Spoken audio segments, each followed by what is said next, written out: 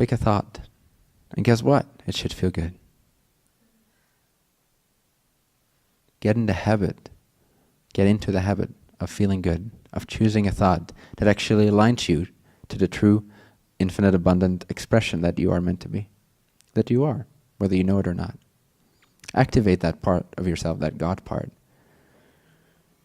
Pick a thought. Let the thought be profound. Let it be amazing. Let it be easeful. Let it be easy. Let it be epic. Let it be expansive. Let it be connective to who you really are. And then feel that for 10 seconds. Just 10 seconds of feeling into that vibration. Feeling into that truth until you start to smile.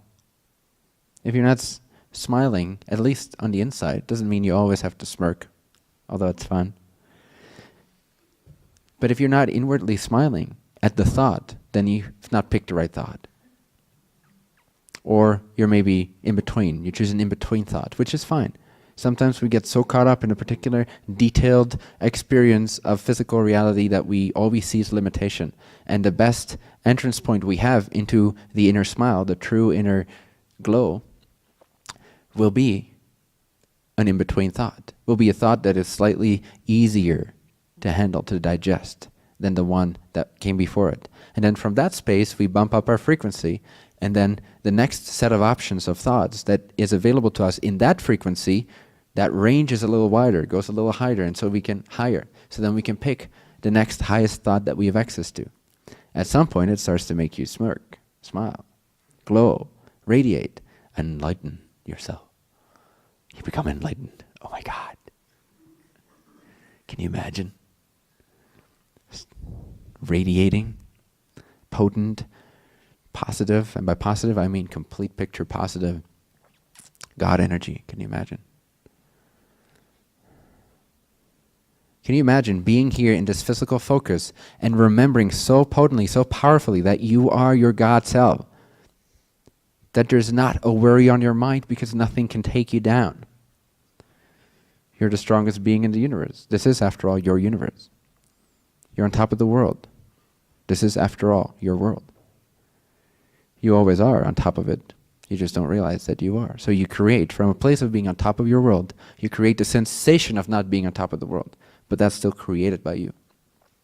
You generate feeling victimized, but that's a creation, you see. You're creating, you're choosing to feel like a victim, so you never actually lose your God status. It's just a process of remembering and becoming aware of what you're choosing at every moment. Hence the 2-hour challenge of taking out of your schedule 2 hours, once every minute. I'll repeat the exercise once more. For 10 seconds, every minute, for 2 hours straight, you pick a thought. You realize that you can pick a thought. To begin with, you realize you can pick a thought. Hey, wait a second. I don't just have to go to through the automatic turmoil of thinking, I don't know even what I'm thinking anymore. It's just like, oh, circumstance here, circumstance there, blah, blah, blah, until I feel nasty and limited and forgotten and abandoned and lonely and sad and depressed and grieving, and the list goes on and on and on and on and on. And on and on and on and on and on and on. And so suddenly you realize you can pick your thought. Oh my God, I can pick a thought? I can actually choose my reality. That's amazing. Yes, it is. You are amazing. Thank you for seeing that. And then you do that once every minute for 2 hours straight. And your life will never be the same again, because your sense of identity can never be the same again. You can never go back to before that moment, because it will be so potent. It will push that snowball off the hill, and it starts rolling.